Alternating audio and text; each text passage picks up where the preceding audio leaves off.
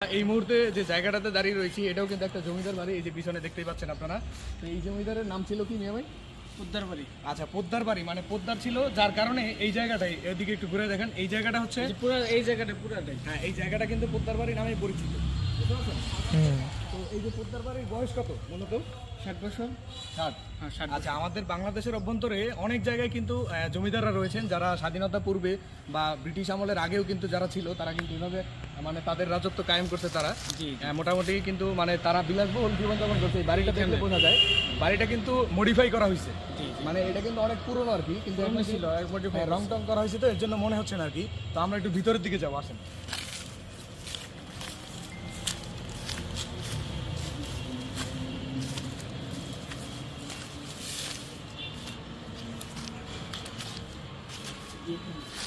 এই বাড়ির কারুকাজগুলো কিন্তু আমরা দেখলে বরাবর অবাক হয়ে যাই। বর্তমান প্রজন্ম যারা বাড়ি তৈরি করে তাদেরটা কিন্তু এটা থেকে একেবারেই আলাদা। মানে তারা আসলে এরকম 100, 200, 400, 500 বছর আগে কিভাবে যে এত সুন্দর নকশা তৈরি করতো আমাদের আসলে ধারণা বাইরে। ঠিক আছে, আপনি ভিতরে আসেন তো, ভিতরে আসেন।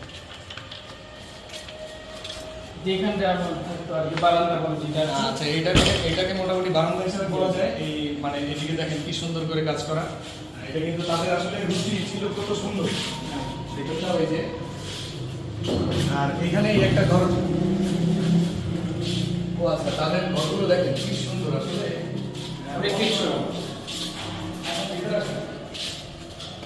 এই যে ভিতরের জায়গাটা, এই যে মোটামুটি খুব সুন্দর আর কি।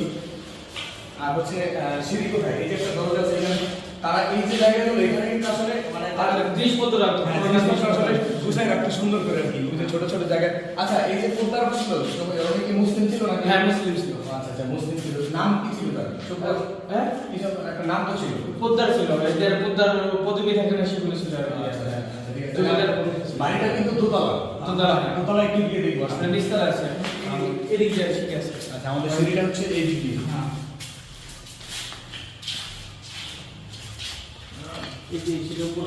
আচ্ছা, এখানে তো কোনো বাধ্যবাধকতা নাই, মানে না, না, না। নিচে উঠতে পারে কি না না, সবাই আসতে পারবে, সবাই যদি পড়তে পারবে, কোনো শিক্ষাগত নাই উঠতে পারবে, এগুলো নেই।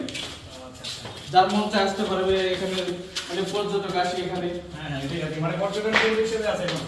এটা মোটামুটি শক্ত আছে, যার কারণে ঝুঁকি এখনো নেই আর কি। আর 50 বছর যাবে তার কোনো ই নাই, কোনো কিছু হবে না।